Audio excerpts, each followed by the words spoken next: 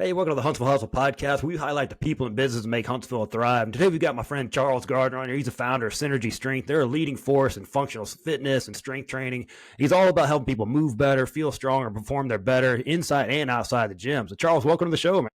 Hey man, I appreciate you having me on. I know we hadn't talked in a while, so we were just back in your green room here, just kind of trying to play a little catch up. But what's on your mind, man? What's going on, and how? I guess how we going to do this, man? How we going to do this today? Hi, that's one of the main thing. I want people to get to know you because you're one of the good guys in the fitness world. You know, that's someone I'm that. one of the good guys in the fitness Oh world. yeah. I mean, you've met the bad guys. You've met them. Yeah, And yeah. just I think Wait a people minute. are Hang on. intimidated Hang about on. that. That's a good start off. Okay, what do you consider a good guy in the fitness world? And then I'll tell you what I consider a good guy, and we'll see if they merge. So for me, it's a person that has their client's best interest in mind. That's just my easy definition of it. Okay. I think ours is the same. You put your ego aside as a trainer, and you try and serve your clients the best you can and the best way that they allow you to. That's something that I've learned over the years is okay, maybe let them tell me what they want to do. And then I can try and nudge them further along if they'll allow me to do that. Don't violate the person's will. Um, because when you do that, that makes you one of the, as you say, one of the bad guys. When you're trying to violate someone's conscience and trying to convince them to do things that they may not want to do, and that's not good. Yeah, I think just we try to meet them where they are, help them get them where they want to go with their best interest in mind. Meaning, it's not what my goals are. It's not what I want to do. It's not the way I like to train. It's what's best for the client. I think that's what's kind of missing a lot of times. I started working out in a commercial gym recently and kind of watching some of the trainers around and seeing the young dudes that I used to be. I got to admit it, man, I was not that great when I first started. So, and No just seeing them one figure is. that. No, that's it. Nobody is. You're only a legend in your own mind, bro. You think that you're hot stuff when you first get going. You're like, this is gonna be great, and we're gonna get everybody to do. They're gonna do this, we're gonna do that, and then the deeper you get into this world, you realize, okay, wait a minute, maybe I'm not as smart as I thought I was. Maybe I need to listen to people a little bit more, pay attention to what they're saying instead of always having an answer because that can get you into trouble, I've learned. Yep. Yeah. I think we all learned that. I mean, I know like you, man. When I came out of college, I was the smartest dude on the block. And then every year I get a little less smart. So it's Dude, I tell this to people. I said, look, I've been doing this for over 20 years and I have forgotten more than I know. And some people are like, what does that mean? What do you mean? I said, well, I don't use everything that I know. It's like I said on the show I was on today. I keep things simple because for most people, you can get very complex, but most people just need a base level of understanding, and then you can build from there. But when you start doing more complex things, you can lose people. The eyes glaze over, ears shut down, and you can just tell that they've checked out because they don't understand either the anatomy that you're talking about, physiology, combination of both of those. And it's like you sound like Charlie Brown's teacher. Womp womp womp womp womp. I get it, man. Hey, I have a financial advisor and he loves it. I mean, he lives it, eats, sleeps, and breathes financial planning. And man, he starts talking about stuff and my eyes glaze over. But at the end, I'm just like, just tell me what to do. I think that's what our clients want. Hey, just tell me what to do. Just tell me what to do. I don't, because otherwise I don't know. I'm the Yeah. same way. My accountant, he'll tell me stuff, and it's like, all right, dude. Like, I'm just trying to save.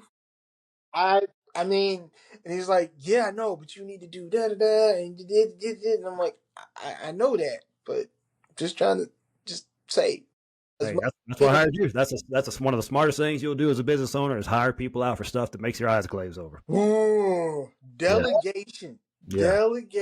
delegate, and because there's only so much that you can do, you know, and when you realize that there's only so much that you can do, then you're like, all right, I just have to leave the rest, out there.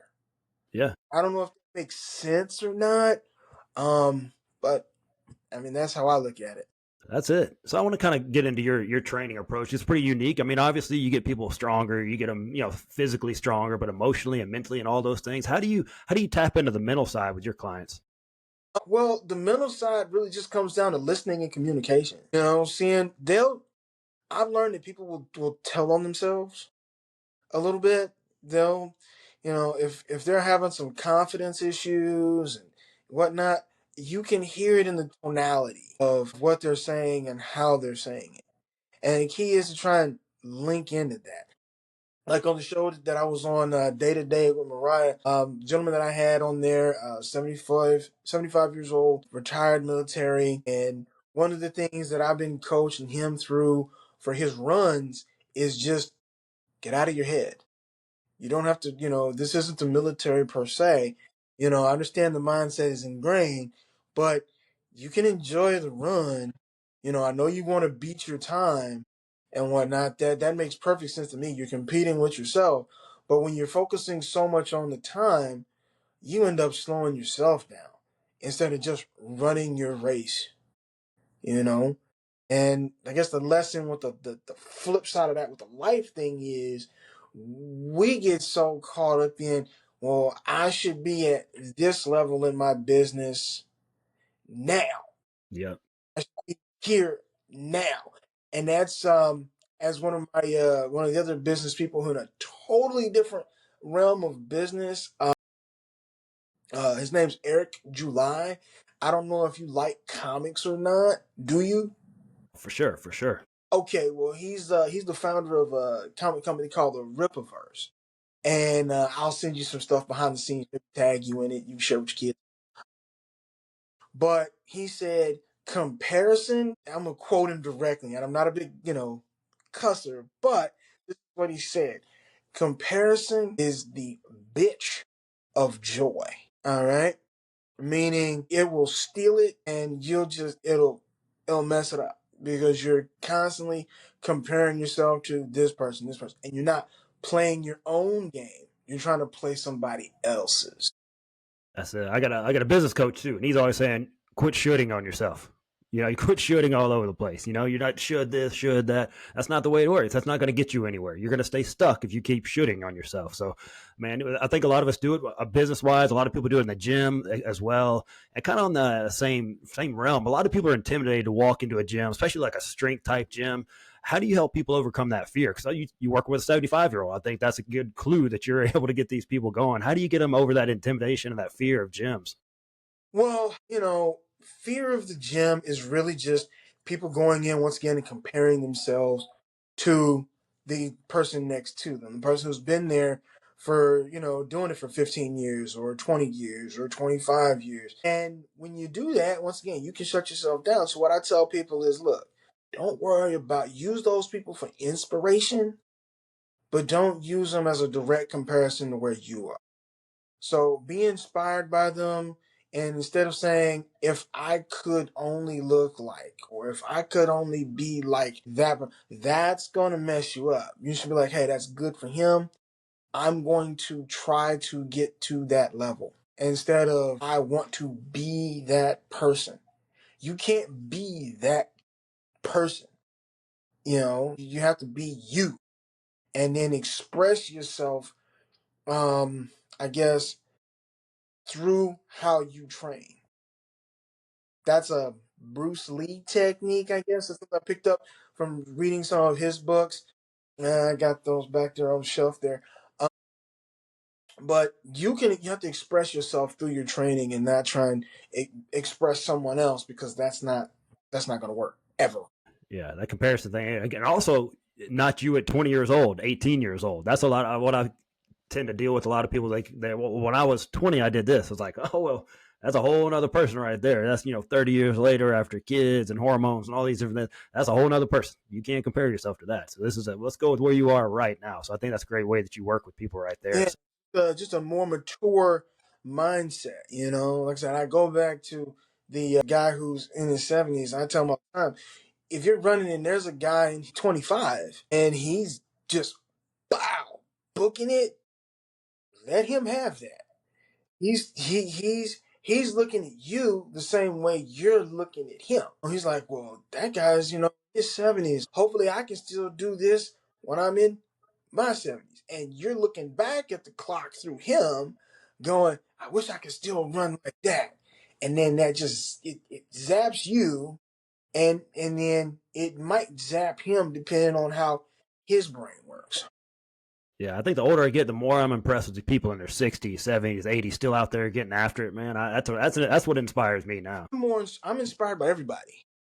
I look back on the people, I look at people in their 20s, and I go, yep, that was me at some point. Now, okay. All right, keep living, keep living. And then the people who are above me, I go, hopefully I can still be doing this when I get there. That's how I look at it. It's like, all right, now if I'm not, I still got my mind. If that's still intact, I can still teach people whatnot, and I can always just be the old, instructor who goes, no, you do it, that's wrong. Move this way. Move that way. Do this. I can turn into the old kung fu master if necessary. Hey, everybody needs one of those in their life, right? So when you look back over your training career, is there like a book or a podcast or some other resource that had a big influence on how you coach? Yes, as a matter of fact, I don't know if you're aware of this guy. His name's Dave Tate. Yeah. He owns Elite FTS. And I was listening to a podcast of him going through this was years ago. And he was just talking about, growing up and some of the challenges that he had to deal with, and, how, weight training helped him and whatnot. And there were elements to his story that kind of mirrored my own stuff. Like, he wasn't the best in school. I wasn't the best in school. Kind of led to some, I guess, self-doubt issues where you want to prove yourself and you're looking for a way to do just that, either to yourself and to others, because sometimes you get a lot of people who will hate on you and this, that, and the third. And I drew a lot of inspiration from just his mindset to a degree. And obviously I had to flip that and make it into my own, or just, merge the two. But yeah, he's big inspiration. Yeah, he's an impressive guy for sure. So yeah, that's good. So I mean, when you look at your kind of business owner, I mean, people look at trainers, but hey, we're also business owners, right? What's kind of your biggest pain point right now as a business owner? Man, your biggest pain point right now, I guess, is overcoming the economic challenges that are currently present right now.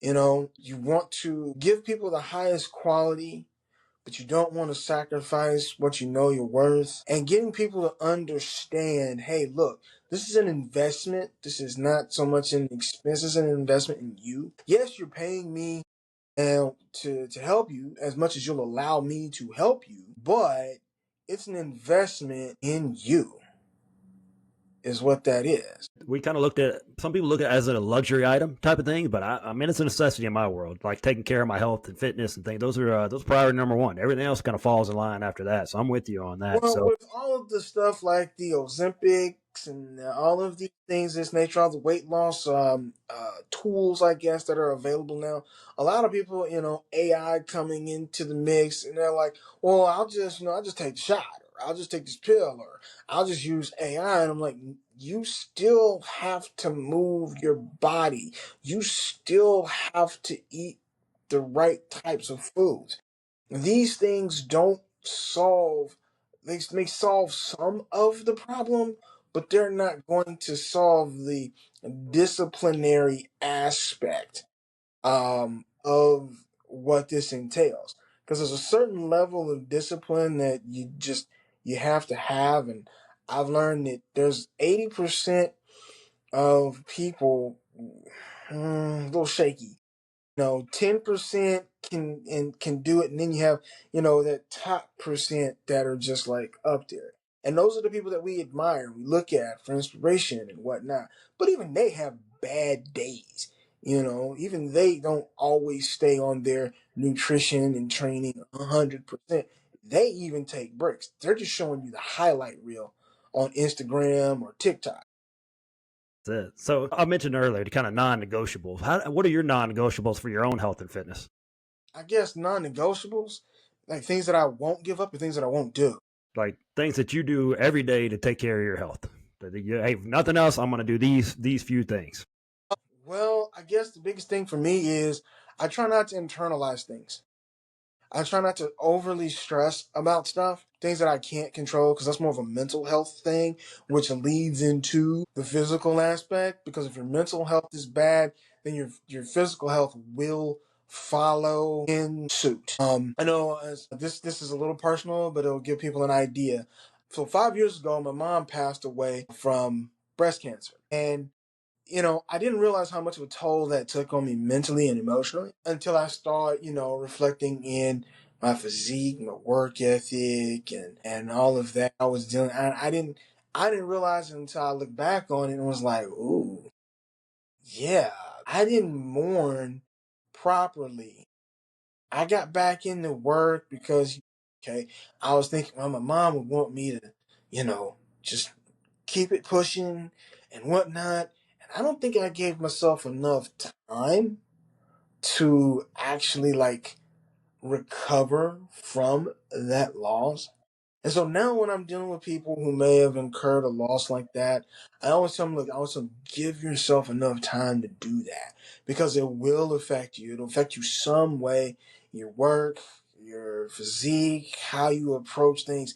It's going to hit you if you don't give yourself enough time to do that. The weights will be there. The mat will be there if it's, mixed martial arts that you're doing. The gi will be there if it's martial arts. The tennis racket, whatever activity you do, it will be there. But it won't be if you don't give yourself enough time mentally to recover from that. So I would say don't take care of your mental health first, and then that will outpour into your physical health secondary. Absolutely, man. It's all connected for sure. And grief is so weird. Like it's so different for everybody. Like individuals. There's no like, all right, here after 6 weeks you're good. It's just Yeah, there's you, no prescription for that. yeah. There's no And everyone's so different for sure. But that's a great tip. That hey, man, it's okay to mourn, and you should, and you have to go through this process to get to the next steps. And don't think you have to, like you said, I got to jump right back in here. Hey, the business will be waiting on you too. All that's going to be Oh waiting on. yeah, it'll definitely be waiting on you. That's for sure. It's not going anywhere. The bills will still be there. You'll Yep. still have to deal with that. But I would say take the time if that's something that you're going through. Take care of your mental health. That's going to be the most important. Hey, is there a person or a business in the Huntsville or Madison area that you'd like to collaborate with that you haven't yet? Let's see, business. Hmm, that I haven't yet. Wow, I know so many people, Joe. It's kind of wild. Hmm, I I don't know. I'm not gonna say no because that would be dumb. There's always somebody out there that I could collaborate with. I guess if I had to, if there was somebody who was much better at marketing, than myself and could help me be a little better at that, then I would love to reach out to them. And so if they see this podcast, if they're in your circle and you're going to share that with them, um, I'm game. I've learned, like I said, there's only so much that I can do. And if somebody's better at something than me, okay. Well, if the price is right and we can negotiate it, and hey, I'm down to at least give it a shot. Yeah, let's do it. Yeah, I'll have to get you connected with my friend Amy McWilliams and her team. They are a sponsor of the show, McWilliams Marketing. Highly recommend. I'll get you guys connected. If nothing else, when you put good people together, good things going to happen. So I'd love to connect you with her. Hey man, sounds great. Sounds Let's great. do. Yeah, I'll get it connected. So, man, looking back at Synergy Strength, what's kind of next for you? Are there any new programs or expansions or something you got excited about for the future? I guess I'm on a media blitz right now. I'm trying to get to my next podcast, my big podcast that I want. If it happens, you'll know because I've got my eyes on a few things, and I guess the main thing would be at some point, like I've always wanted to have my own spot, my own facility, and whatnot. That's every trainer's dream is to have their own spot. And who knows? I'm working on some things that might make that possible. You guys will know.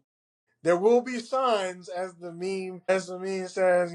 If I win the lotto, I'm not saying, that I would tell everybody, but there would be signs. You see, you open up a new spot, we know what happens. So, Oh yeah, there would definitely be signs. I'm like, oh, yeah, how I would be the slow drip method, but there would definitely be signs.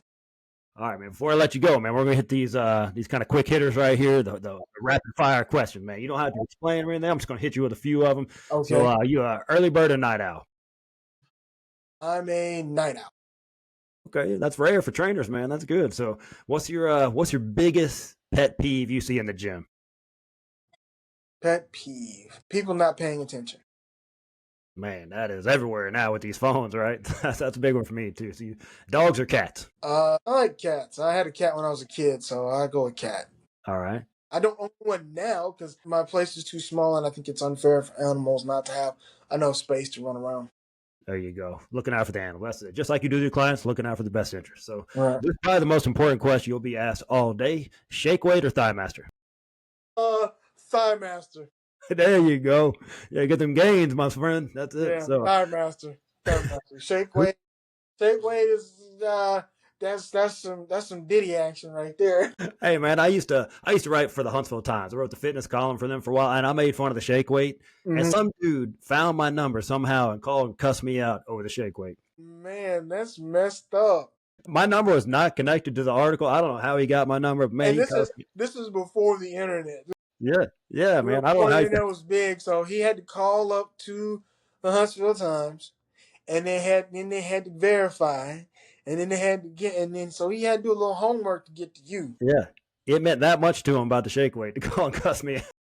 Wow, Yeah. wow, that's crazy. So who's a dream client you'd like to coach?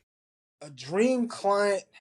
I was asked this the other day by Brian Robbins. He said, "What's your ideal client?" Everybody asked that, and I always tell them my dream client is somebody who's, you know, I guess, willing to listen, learn, and apply. And that can be anybody. It's not just centered around a male who's an athlete or a female who's an athlete, because some athletes don't listen. So that's not But somebody who's willing to actually, listen and apply. Because I'm not telling you anything that's going to hurt you. I'm going to tell you things that's going to try and help you. I'm not trying to take anything away from you. I'm just trying to help you adjust to what you told me your goals are. That's all I'm trying to do. I'm trying to adjust on the fly with your programming. I'm trying to adjust on the fly to nutritionary things, to your lifestyle. So if if communication is important to that person, then okay, that's going to be my ideal client. Somebody who's willing to listen, learn, and apply. Man, that's three big steps right there. If you can do those, you can work with Charles right there. So help me help you. Help me help you. So Yeah, yeah. do you have a nickname?